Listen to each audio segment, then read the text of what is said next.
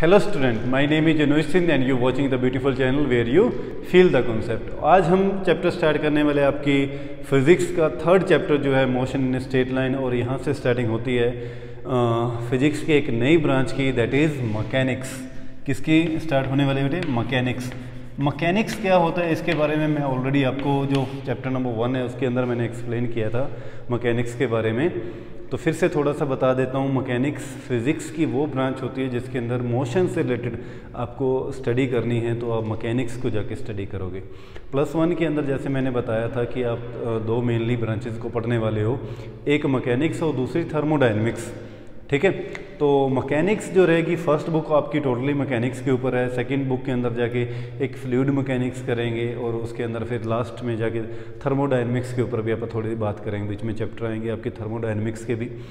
तो स्टार्टिंग करते हैं बेटे मैकेनिक्स से, क्योंकि मैकेनिक्स वो फिज़िक्स है जो क्लासिकल जिसको फिज़िक्स बोला जाता है, न्यूटन के टाइम की जो फिज़िक्स। मैंने इसको एक्सप्लेन किया हुआ था फर्स्ट चैप्टर के अंदर, इसके बारे में किया था कि जिन चीज़ों को आप देख पाते थे उस टाइम। देखो पुराने टाइम में अपने पास इतने नहीं होते थे सिस्टम कि आप माइक्रोस्कोपिक फिजिक्स जो बाद में बनी उसके बारे में बता सकते हैं, आप इलेक्ट्रॉन प्रोटॉन के बारे में, स्ट्रक्चर ऑफ एटम के बारे में बता पाते। उस टाइम इतनी फैसिलिटी नहीं थी।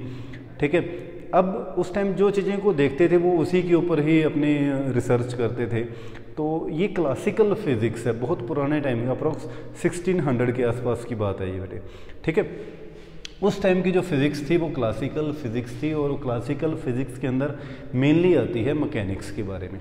ठीक है, तो मैकेनिक्स अगर मैं इसको शॉर्ट फॉर्म के अंदर बताऊं तो आप बोल सकते हो कि मोशन की ऐसी फिज़िक्स की ब्रांच है जिसके अंदर मोशन से रिलेटेड स्टडी की जाती है। ठीक है, और आपके यहाँ पर मैकेनिक्स को 3 पार्ट के अंदर डिवाइड किया गया है। First is statics, second is kinematics, third is dynamics. ठीक है, तो 1 बाय 1 तीनों के बारे में भी आपको डिटेल के अंदर बताता हूँ। तो स्टैटिक्स क्या होता है? स्टैटिक का मतलब ही होता है स्टेशनरी, और आप बोल सकते हो रेस्ट। जब कोई ऑब्जेक्ट रेस्ट पे होता है, ठीक है, तो उसके बारे में अपन स्टडी करते हैं किसके अंदर? स्टैटिक्स के अंदर।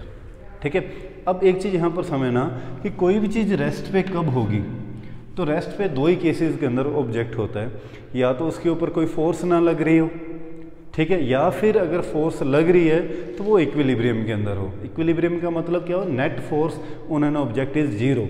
इसको इक्विलिब्रियम बोला जाता है। कौन सा वर्ड? इक्विलिब्रियम। इक्विलिब्रियम का मतलब होता है बेटे the net force on an object, net force on object is 0। अगर नेट फोर्स किसी ऑब्जेक्ट पे 0 है, ठीक है, तो उस केस में ऑब्जेक्ट क्या रहेगा? इक्विलिब्रियम में हो जाती है, और ऑब्जेक्ट क्या आ जाएगा? रेस्ट पे होगा। तो रेस्ट की कंडीशन यही होती है। ठीक है, सेकंड आते हैं मेन ब्रांच के ऊपर, दैट इज काइनेमेटिक्स। तो यही वर्ड जो है काइन जो वर्ड है, द वर्ड काइन जो बना है ये ग्रीक से बना है। कहाँ से? ग्रीक का एक वर्ड है, ग्रीक लैंग्वेज से, ठीक है, जिसका मतलब होता है टू मूव। काइन का मतलब क्या होता है? टू मूव, चलना, मोशन।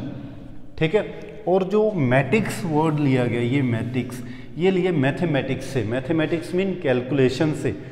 किससे? मैटिक्स का मतलब क्या हो गया? कैलकुलेशन। तो अगर आपको देखो कंप्लीट नेम बताऊं तो मोशन की कैलकुलेशन।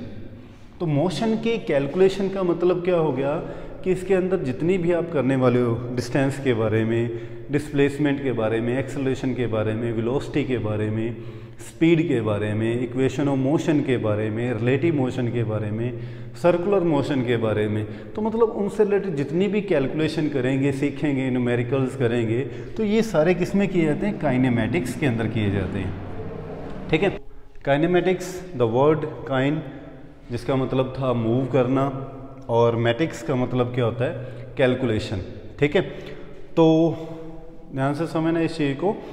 इसके अंदर काइनेमेटिक्स क्या होगी? The branch of mechanics in which we study about the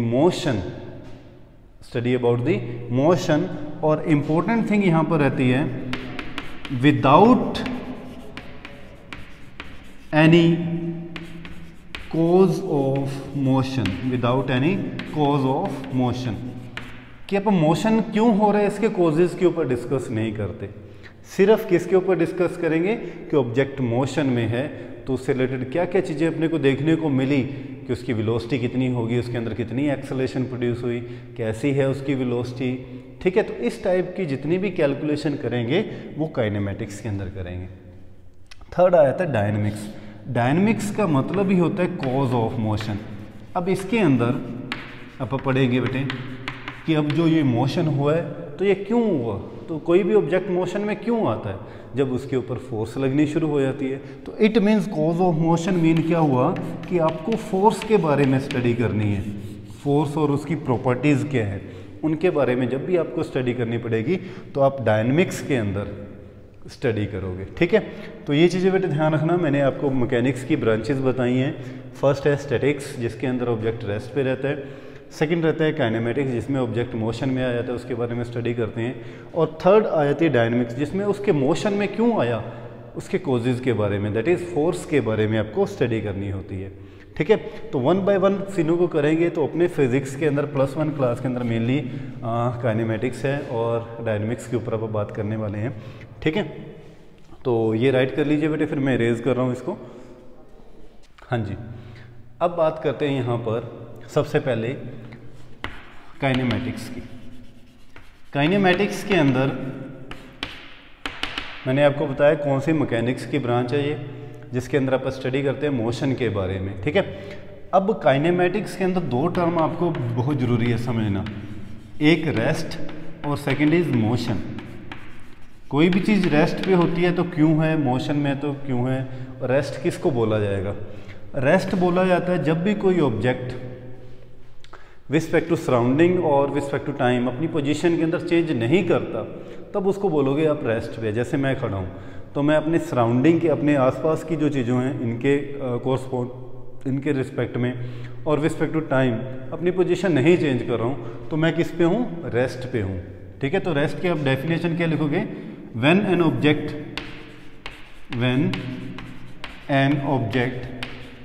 does not change its position with respect to surrounding or with respect to time, then it's said to be in rest। तो ये condition रहेगी बेटे rest की। अब और motion में क्या रहेगा, मोशन में जब कोई object, when an object change its position with respect to surrounding और विद रिस्पेक्ट टू टाइम। मैं यहाँ पर हूँ, कुछ टाइम बाद मैं यहाँ पहुँच जाता हूँ, तो मैं क्या कर रहा हूँ, टाइम के साथ अपनी पोजीशन चेंज कर रहा हूँ। जैसे अर्थ रोटेट कर रही है, वो टाइम के साथ अपनी पोजीशन चेंज कर रही है। फैन रोटेट कर रहा है तो ये भी टाइम के साथ इसके ब्लेड क्या कर रहे हैं, अपनी पोजीशन चेंज कर रहे हैं। तो ये किस में कहे जाएंगे, मोशन के अंदर कहे जाएंगे, ठीक है। तो मोशन जो पोजीशन चेंज करे टाइम के साथ, रेस्ट जो पोजीशन चेंज ना करे। अब मैं बात करता हूँ रेस्ट के ऊपर थोड़ी सी और। इस यूनिवर्स के अंदर कोई भी चीज़ रेस्ट पे नहीं है, पहली बात तो ये, ठीक है। अगर मैं अपने आप को कहता हूँ कि मैं यहाँ पे खड़ा हुआ हूँ, मैं रेस्ट पे हूँ, तो मैं रेस्ट पे नहीं हूँ एक्चुअल के अंदर। लेकिन यहाँ पर एक पॉइंट समझने वाला है, मैं रेस्ट पे हूँ ये कौन डिसाइड करेगा कि मैं कंपेयर किसके साथ अपने आप को कर रहा हूँ। अगर मैं सामने पड़ी हुई टेबल के साथ अपने आप को कंपेयर कर रहा हूँ तो मैं रेस्ट पे हूँ। अगर मैं किसी बाहर जाते हुए व्हीकल के साथ अपने आप को कंपेयर कर रहा हूँ तो मैं रेस्ट पे नहीं हूँ। देखो, अगर यहाँ पर मैंने, जैसे आपने बड़ा एक कॉमन एग्जांपल लिया जाता है कि बस के अंदर आप ट्रैवल कर रहे हो तो आपके सामने वाली सीट पे भी कोई बैठा है, ठीक है, आप उसको देख रहे हो तो उसके साथ अपने आप को कंपेयर कर रहे हो, तो आप क्या हो, रेस्ट पे हो। फिर आप बाहर देखते हो विंडो से, बाहर क्या होते हैं, पेड़ पीछे की तरफ चल रहे होते हैं, या कोई बाहर एक पर्सन खड़ा है वो आपको देख रहा है, तो उस पर्सन के विद रिस्पेक्ट टू में आप क्या हो, मोशन में। क्योंकि बस के अंदर बैठे हो, बस आप सामने उसके, थोड़ी देर बाद आप यहाँ चले गए, तो क्या हुआ, आपकी तो पोजीशन चेंज होगी, तो इट मीन्स आप मोशन में हो। लेकिन आप तो सामने वाले से जब देख रहे थे तो आप रेस्ट पे थे, लेकिन जब बाहर वाले ने आपको देखा तो आप मोशन में थे, ठीक है, तो एक ही पर्सन की दो पोजीशन यहाँ पर सामने आई, तो फिर देखा जाता है कि आप किसके साथ कंपेयर कर रहे हो अपने आप को, आपका फ्रेम ऑफ रेफरेंस कौन सा है। इस वर्ड को ध्यान समझना, frame of reference. Frame of reference he decide करता है कि आप रेस्ट पे हो या आपकी जो पोजीशन है वो मोशन के अंदर है। ठीक है, अगर फ्रेम ऑफ रेफरेंस आपका वो पर्सन है जो सामने बैठा हुआ सीट पे, तो उस केस में आप रेस्ट पे हो। अगर आपका फ्रेम ऑफ रेफरेंस बाहर, बस के बाहर रोड के किनारे जो खड़ा हुआ एक पर्सन जो आपको देख रहा था, अगर आप उस पर्सन को अपना फ्रेम ऑफ रेफरेंस मानते हो, तो उस केस में आप किस में हो, मोशन के अंदर हो। तो ये देखा जाएगा कि आपका फ्रेम ऑफ रेफरेंस क्या है। तो फ्रेम ऑफ रेफरेंस के अगर आपको पूछ ले what do you mean by frame of reference, तो आप बोल सकते हो कि frame of reference it is that coordinate system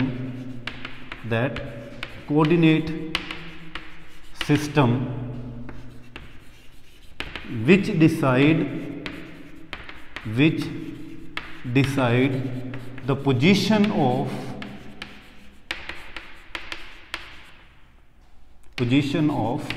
motion, जो मोशन की पोजीशन के बारे में बताए, किसी ऑब्जेक्ट के मोशन की पोजीशन के बारे में बताए, that is frame of reference. ठीक है, कि जैसे ये अगर मैं फ्रेम ऑफ रेफरेंस की बात करूं, एक्स एक्सिस और ये वाई एक्सिस, ये ओरिजिन डिसाइड करेगा। कोई ऑब्जेक्ट यहाँ पर है, आफ्टर सम टाइम वो यहाँ चला जाता है, तो कौन डिसाइड कर रहा है कि उसकी पोजीशन में चेंज आया, कौन डिसाइड कर रहा है, ओरिजिन यहाँ पर क्या हुआ, फ्रेम ऑफ रेफरेंस हुआ, वो रेफरेंस पॉइंट हुआ। अच्छा, मैं एक और कॉमन सा एग्जांपल, जैसे मैंने आपकी वीडियो लेक्चर के अंदर, लाइव क्लासेस के अंदर भी लिया था, कि जैसे मैं कहता हूँ यहाँ से आपका घर 5 किलोमीटर है, तो ये जो हुआ, ये मेरा पॉइंट जो है, जिस पॉइंट पे मैं खड़ा हूँ, पढ़ा रहा हूँ, तो ये पॉइंट क्या बन गया, फ्रेम ऑफ रेफरेंस। अगर मैं जनरल कहता कि आपका घर 5 किलोमीटर, तो 5 किलोमीटर कहाँ से, तो नहीं पता ना। तो उसके लिए अपने को क्या चाहिए, एक पॉइंट ऐसा कंसिडर करना पड़ता है जो ऑलरेडी रेस्ट पे हो, जो यहाँ पर एक रुका हुआ ऑब्जेक्ट। ठीक है बेटे, तो इसको बोलते हैं फ्रेम ऑफ रेफरेंस। ठीक है, तो इस यूनिवर्स में कोई भी चीज़ ऐसा अपने को फ्रेम ऑफ रेफरेंस है ही नहीं जो रेस्ट पे हो। क्यों? क्योंकि अगर मैं मान रहा हूँ कि अर्थ के ऊपर मैं अपने आप को क्या मान रहा हूँ, रेस्ट पे हूँ, जैसे मैं अपने फ्रेम ऑफ रेफरेंस टेबल है, बट रियल के अंदर क्या है, मैं अर्थ के ऊपर हूँ और अर्थ क्या कर रही है, रोटेट कर रही है। अगर मैं बाहर से देखूँ तो अर्थ के बाहर स्पेस से देख रहा हूँ तो अर्थ रोटेट कर रही है, और अर्थ के ऊपर जो जितने भी ऑब्जेक्ट होंगे वो भी रोटेट कर रहे हैं, है ना। तो मैं भी किस में हूँ, मोशन के अंदर हूँ। ऐसे ही बेटे अगर मैं बात करूँ तो ये सारा सोलर सिस्टम भी किसी गैलेक्सी के अराउंड रिवॉल्व कर रहा है, वो गैलेक्सी आगे नेक्स्ट किसी गैलेक्सी के अराउंड रिवॉल्व कर रही है। तो इस यूनिवर्स में कोई भी चीज़ रेस्ट पे नहीं है, सभी क्या है, मोशन के अंदर है। ठीक है, इस बात को समझ आ गया होगा। तो कोई भी चीज़ एब्सोल्यूट के अंदर नहीं होती, ना ही एब्सोल्यूट रेस्ट होता है। एब्सोल्यूट रेस्ट कभी एग्जिस्ट ही नहीं करता है, एब्सोल्यूट रेस्ट। और अगर मुझे किसी चीज़ का मोशन कंसिडर करना है, मोशन कंसिडर करना है कि जैसे मैं कहूँ कि ये ए पॉइंट से कोई ऑब्जेक्ट यहाँ पर गया बी पॉइंट पे, ठीक है, और उसकी जो स्पीड थी 50 किलोमीटर पर आ रहा है उसकी स्पीड, तो मैंने किसके कोरस्पॉन्ड लिया, मैंने इसको फ्रेम ऑफ रेफरेंस माना, और ये कितने की स्पीड से इसको क्रॉस किया, तो मैंने इसकी स्पीड निकाल ली। अगर मुझे एब्सोल्यूट मोशन निकालना है, एब्सोल्यूट का मतलब है कि इस यूनिवर्स में मुझे किसी की भी मोशन कैलकुलेट करना है, तो मुझे एक एब्सोल्यूट रेस्ट पे पोजीशन चाहिए एक, लेकिन एब्सोल्यूट रेस्ट पे तो कोई पोजीशन है ही नहीं। और अगर एब्सोल्यूट रेस्ट पे कोई नहीं है तो आप एब्सोल्यूट मोशन भी आप किसी का कैलकुलेट नहीं कर सकते। ठीक है, क्योंकि किसी का मोशन कैलकुलेट करने के लिए आपको एक ऐसा पॉइंट चाहिए होता है जो कंप्लीट क्या हो, रेस्ट पे हो। लेकिन इस यूनिवर्स में तो कोई चीज़ रेस्ट पे नहीं है, इसलिए आप किसी भी ऑब्जेक्ट का एब्सोल्यूट मोशन कैलकुलेट नहीं कर सकते। ठीक है बेटे, अच्छा, तो ये बातें थी जो रेस्ट और मोशन के बारे में थी, तो ये राइट कर लीजिए, फिर चलते हैं आगे। ठीक है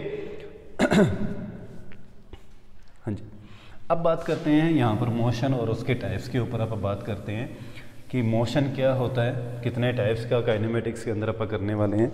तो मोशन को मेनली डिवाइड किया गया 3 पार्ट के अंदर। ठीक है, motion in a straight line, motion in a straight line जिसको बोला जाता है रेक्टिलिनियर मोशन, रेक्टिलिनियर मोशन, या फिर जनरल इसको लीनियर मोशन भी बोल देते हैं, लीनियर मोशन, ठीक है।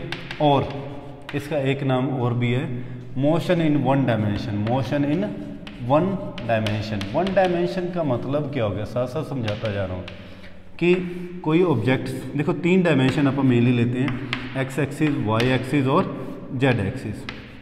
अगर कोई भी ऑब्जेक्ट या तो वो एक्स एक्सिस के लॉन्ग मूव कर रहा है, या फिर वो वाई एक्सिस के लॉन्ग मूव कर रहा है, या फिर जेड, किसी भी एक कोऑर्डिनेट सिस्टम के अक्रॉस, कोऑर्डिनेट सिस्टम में के अंदर या तो वो एक्स एक्सिस के लॉन्ग ट्रैवल करे, या फिर वाई एक्सिस के लॉन्ग, या फिर जेड एक्सिस के लॉन्ग, तीनों में से किसी भी एक डायरेक्शन की तरफ अगर कोई ऑब्जेक्ट मूव कर रहा है, जैसे एक गाड़ी चल रही है रोड के ऊपर बिल्कुल सीधे चल रही है, ठीक है, तो उसको बोलेंगे उसका रेक्टिलिनियर मोशन है, लीनियर मोशन है, या बोलेंगे मोशन इन सिंगल डायमेंशन के अंदर है, ठीक है।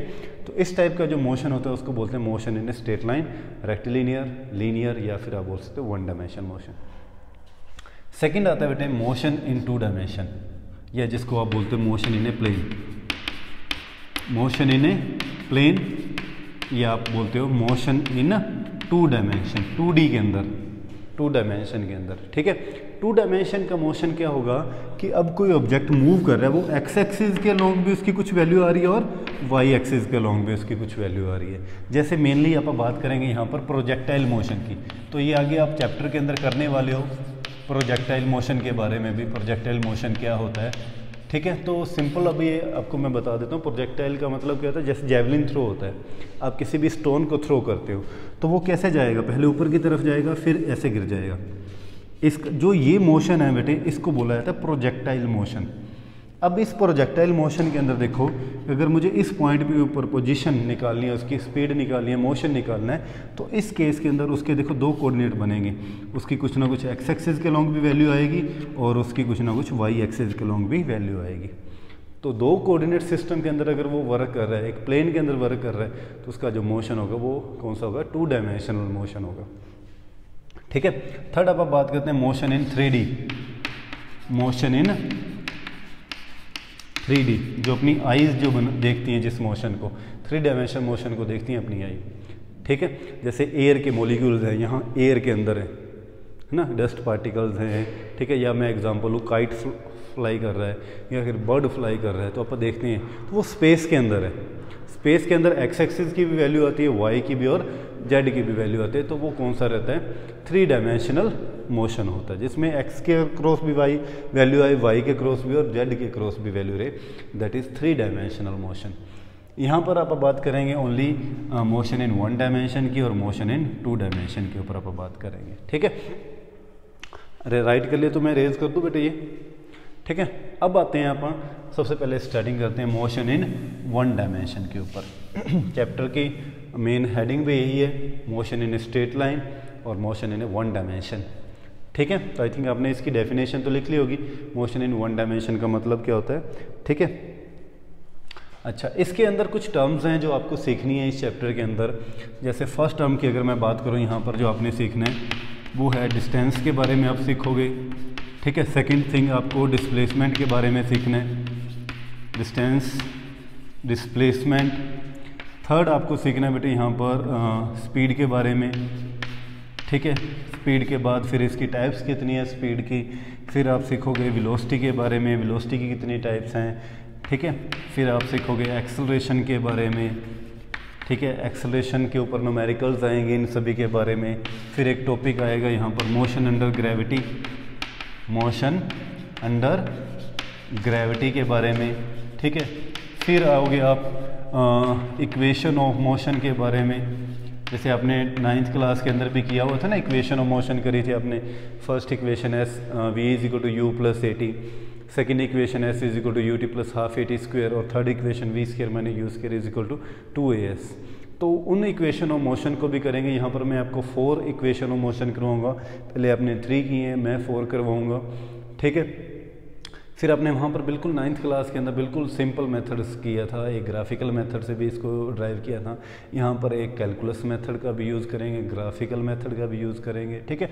तो आपको 1-2 मेथड और भी इंट्रोड्यूस करवाऊँगा मैं, जिससे आप इन इक्वेशन ऑफ मोशन को कैलकुलेट कर सकते हो आप, ठीक है। ड्राइव कर इनकी डेरिवेशन आ जाती है। इसके बाद आप करेंगे बेटे ग्राफ्स के बारे में। बहुत सारे ग्राफ्स हैं यहाँ पर, स्पीड टाइम ग्राफ है, वेलोसिटी टाइम ग्राफ है, डिस्टेंस डिस्प्लेसमेंट के ग्राफ्स हैं यहाँ पर, ठीक है। तो इनसे रिलेटेड करेंगे और लास्ट के अंदर इस चैप्टर के अंदर रिलेटिव मोशन के बारे में भी आप करेंगे और सर्कुलर मोशन के बारे में, ठीक है, सर्कुलर मोशन और रिलेटिव मोशन के बारे में भी। क्योंकि ये जो रेस्ट है और मोशन है एक्चुअल में ये दोनों एक दूसरे के साथ रिलेटिव टर्म्स है, एक दूसरे के साथ रिलेट होती हैं। कभी ना तो कभी कोई चीज़ रेस्ट पे ना ही मोशन में रहती है, ये दोनों आपस में रिलेट करती हैं, इसलिए इनको रिलेटिव टर्म्स बोला जाता है। ये दोनों आपस में इंट्रोड्यूस हैं, रेस्ट के बिना मोशन ही, मोशन के बिना रेस्ट नहीं, ठीक है बेटे।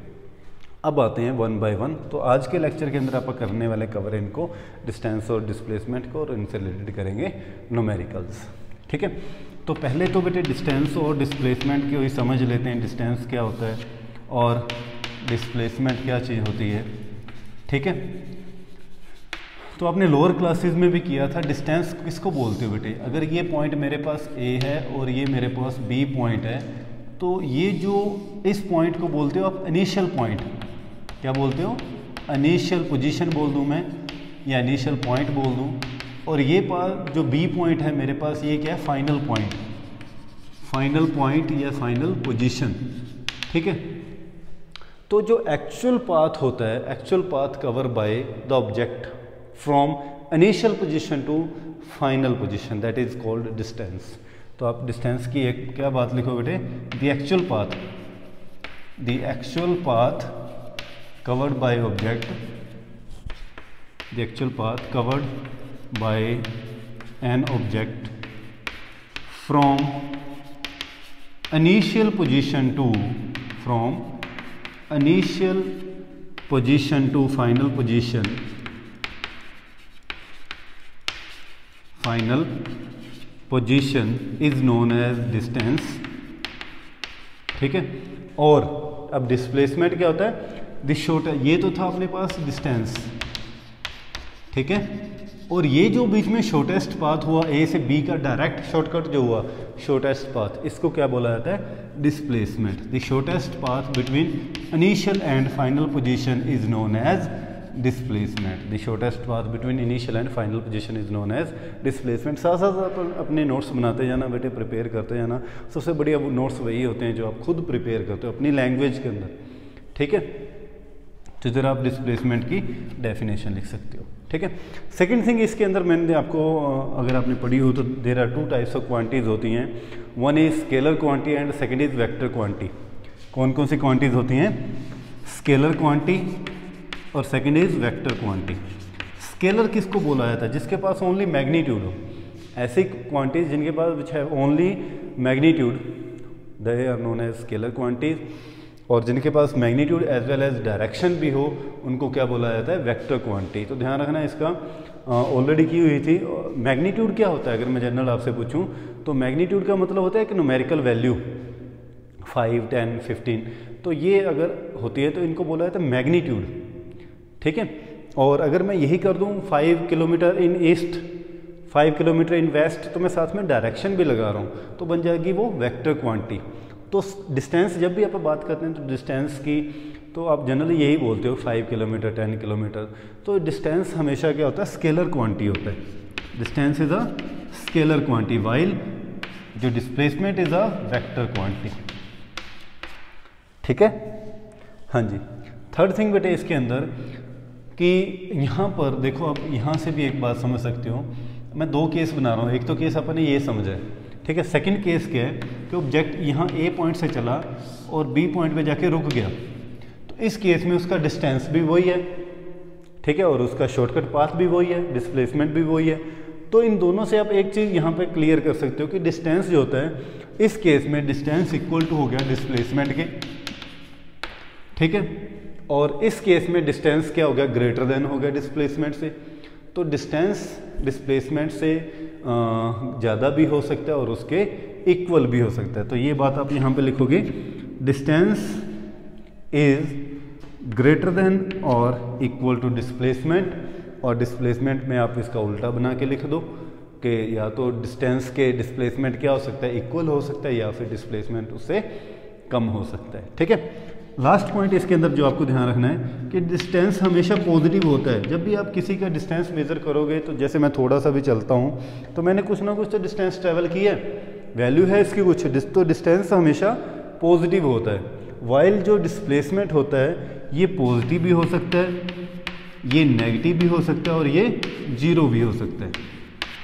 देखो पॉजिटिव किस वे के अंदर, अगर मैं ए से चला और बी तक पहुंच गया यहाँ, तो इस तरफ अगर मैं 50 मीटर जा रहा हूँ, 50 मीटर, तो ये मेरा डिस्टेंस क्या हो गया, पॉजिटिव हो गया, डिस्प्लेसमेंट क्या हो गया, पॉजिटिव हो गया। अगर मैं बी से फिर से वापस ए के ऊपर ही आ गया, तो अब देखो मेरी जो डायरेक्शन ऑफ मोशन है वो अपोजिट होगी। डायरेक्शन ऑफ मोशन क्या हो जाती है, अपोजिट, और फिजिक्स के अंदर अपोजिट डायरेक्शन को नेगेटिव साइन से शो किया जाता है। तो मेरा यहाँ पर डिस्प्लेसमेंट क्या रहा कि 50 मीटर मैं गया इस तरफ से और 50 मीटर ही वापस आया, तो प्लस वापस आने को क्या लिखूंगा मैं, -50 मीटर। माइनस साइन क्या रिप्रेजेंट कर रहा है, अपोजिट डायरेक्शन को। तो जब ये मैं ब्रैकेट ओपन करूँगा तो क्या लिखा जाएगा, 50 - 50, तो मेरा डिस्प्लेसमेंट कितना हो जाता है, 0 हो जाता है। कि जब मैं ए से गया बी पे, बी से वापस ए पे आ गया, मेरी जब इनिशियल पोजीशन और फाइनल पोजीशन दोनों क्या आ जाती है, सेम हो जाती हैं, तो इस केस के अंदर डिस्प्लेसमेंट की वैल्यू क्या हो जाती है, 0 हो जाती है। अच्छा, अब मैं ए पे ना रुक के थोड़ा सा पीछे आ जाता, सी पॉइंट पे आ जाता, और सपोज ये जो डिस्टेंस था वो 80 हो जाता है। बी से मैं वापस सी पे आया, तो मेरा डिस्टेंस कितना मैंने ट्रैवल किया, 80। तो अगर मैं डिस्प्लेसमेंट निकालूंगा तो क्या होगा कि मैं 50 मीटर तो गया था इस वे के अंदर, 50 गया था, प्लस वापस कितना आया हूँ, अपोजिट डायरेक्शन के अंदर है, तो -80 आया हूँ मैं। अब माइनस साइन तो आई थिंक आपको क्लियर हो गया होगा, अपोजिट डायरेक्शन को शो करता है। तो अपोजिट डायरेक्शन में मैं कितना चला, 80 मीटर आया। तो यहाँ पर जब मैं इसको सोल्व करूँगा ब्रैकेट को ओपन, तो कितना आया, -30। तो -30 क्या चीज़ है, मेरा डिस्प्लेसमेंट है, और यहाँ पर नेगेटिव साइन क्या शो कर रहा है, मेरी अपोजिट डायरेक्शन को शो कर रहा है। तो इसलिए डिस्प्लेसमेंट की वैल्यू पॉजिटिव भी हो सकती है, 0 भी हो सकती है और नेगेटिव भी हो सकती है। ठीक है बेटे, तो ये राइट कर लीजिए। अब इसके बाद एक बढ़िया सा न्यूमेरिकल इसके ऊपर लेके आते हैं। हाँ जी, कर लिया। अच्छा, अब एक चीज़ समझना बेटे, यहाँ पर डिस्टेंस और डिस्प्लेसमेंट के बारे में। ठीक है, हाँ जी, तो इस वे के अंदर देखो, कोई ऑब्जेक्ट अगर सर्कुलर पाथ के अंदर ट्रैवल कर रहा है और इसकी रेडियस मान लेते हैं r है, ठीक है, ये ओरिजिन है, रेडियस मान लेते हैं r है, और इस पॉइंट को नाम दे देते हैं a का। ठीक है, आफ्टर सम टाइम अगर ऑब्जेक्ट यहाँ पहुँच गया b पॉइंट पे, तो कहता है कि इसका डिस्टेंस निकालो और उसका डिस्प्लेसमेंट भी कैलकुलेट करो। ठीक है, तो उसका डिस्टेंस कौन सा बन जाएगा, a से b, ये वाला उसका क्या बन गया, डिस्टेंस बन गया। ठीक है, और उसका शॉर्टेस्ट पाथ ए से लेके बी तक का, ये जो शॉर्टेस्ट पाथ है ये उसका क्या बन गया, डिस्प्लेसमेंट हो गया। ठीक है, तो आप डिस्टेंस कैसे कैलकुलेट करोगे और डिस्प्लेसमेंट, तो अगर ये रेडियस आर है तो ये रेडियस भी आर होगी। ठीक है, तो डिस्टेंस क्या बन गया उसका, distance is equal to total circle का अगर मैं डिस्टेंस निकालूं तो फॉर्मूला क्या होता है, 2 पाई आर, और उसने टोटल डिस्टेंस का 1/4 ही कवर किया यहाँ तक। ठीक है, तो मैं क्या करूँगा, इसको 4 से डिवाइड कर दूँ, तो ये कितना आ गया बेटे, πr/2। ये तो क्या बन गया, उसका डिस्टेंस निकल गया, यहाँ से लेके यहाँ तक का उसका डिस्टेंस कितना आ गया, πr/2। और मुझे अगर इसका क्या निकालना है इस केस में, नंबर 1 किसके क्या निकालना है, यहाँ पर मुझे डिस्प्लेसमेंट भी निकालना है। तो डिस्प्लेसमेंट क्या, शॉर्टेस्ट पाथ, अगर ये 90 डिग्री है तो बाय यूजिंग पाइथागोरस थ्योरम आप इसकी वैल्यू निकाल सकते हो, r² + r² का स्क्वायर रूट। तो कितना बन गया, ये 2r का स्क्वायर रूट, हाँ जी, 2r² स्क्वायर रूट। ठीक है, तो ये आ जाएगा √2r। तो डिस्प्लेसमेंट कितना निकल गया, √2r। अच्छा, आफ्टर सम टाइम अगर ऑब्जेक्ट b यहाँ पहुँच जाता है c पॉइंट पे, अब कहता है कि c पॉइंट पे उसका डिस्टेंस और डिस्प्लेसमेंट निकालो। a से चला, कहाँ पहुँच गया, c पॉइंट पे। अब कहता है डिस्टेंस बताओ कितना हुआ, तो डिस्टेंस कितना हो जाएगा, c पॉइंट पर गया वो, यहाँ से चला था, यहाँ पहुँच गया, तो देखो उसने हाफ सर्कल कंप्लीट कर लिया। ठीक है, तो हाफ सर्कल का क्या होता है, डिस्टेंस। अगर मैं कंप्लीट वही बात करूँ कि 2πr/हाफ कर लिया, तो अपॉन डिवाइड कर देंगे 2 से, तो ये कितना हो गया, डिस्टेंस तो कितना उसने ट्रैवल किया, πr, यहाँ से लेके यहाँ तक कितना पहुँच गया वो, पाई आर उसने डिस्टेंस ट्रेवल कर लिया। और डिस्प्लेसमेंट कितना हो गया? हाँ जी बता सकते हो आप, डिस्प्लेसमेंट कितना हो गया?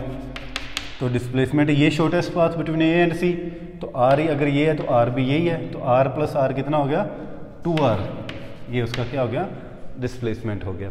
अच्छा अब थर्ड चलते हैं, अगर यही पॉइंट यहाँ आ जाता है तो डी पॉइंट पे आ गया, ए से चला और डी पे पहुँच गया, ठीक है। तो अब कहता है कि उसका डिस्टेंस निकालो और उसका डिस्प्लेसमेंट कैलकुलेट करो, तो कितना होगा? थर्ड पोजीशन के अंदर अगर यहाँ पर मैं डिस्टेंस की बात करूँ तो डिस्टेंस कितना निकल गया? π/2 यहाँ तक किया था, π/2 यहाँ तक हो गया और π/2 ये आगे होगा, ठीक है। तो π/2 प्लस π/2 प्लस π/2 है ना, 3 हो गए ना, तो कितना हो गया ये? 3π/2, ठीक है। तो यहाँ तक का डिस्टेंस कितना हो गया? 3π/2। और अगर मैं यहाँ पर डिस्प्लेसमेंट की बात करूँ तो डिस्प्लेसमेंट कितना होगा? हाँ जी डिस्प्लेसमेंट ये बनेगा, इनिशियल पोजीशन ये थी, फाइनल ये होगी, तो वही पाइथागोरस थ्योरम से ये आर है तो ये भी आर है, ये 90 का एंगल है, तो ये कितना हो गया? √2r, जो पापा ऑलरेडी पहले भी निकाला था, √2r, तो ये वैल्यू कितनी आ गई? √2r, ठीक है। अच्छा अब फोर्थ पोजीशन कि ऑब्जेक्ट जहाँ से चला था, ए से चला था और वापस यहीं पे आ गया, इस पोजीशन पे बताओ उसने कितना डिस्टेंस ट्रेवल किया? तो डिस्टेंस कितना हो गया? कंप्लीट सर्कल हो गया, तो डिस्टेंस तो कितना हो गया? 2πr, और डिस्प्लेसमेंट कितना हो गया? हाँ जी, तो इनिशियल और फाइनल पोजीशन जब सेम हो जाती हैं तो डिस्प्लेसमेंट क्या हो जाता है? 0 हो गया, और डिस्प्लेसमेंट 0 होते ही अपना चौक भी गिर गया, है ना, तो डिस्प्लेसमेंट कितना आ गया? 0। तो ये था बेटे एक सर्कल के ऊपर आप अलग अलग पोजीशन के ऊपर आप डिस्टेंस और डिस्प्लेसमेंट की वैल्यू कैलकुलेट कर सकते हो। तो आज का लेक्चर यहीं तक रहेगा, कल नेक्स्ट लेक्चर के अंदर लेके आएंगे बेटे स्पीड के बारे में, उसकी टाइप्स के बारे में, वेलोसिटी के बारे में। तो थैंक यू सो मच।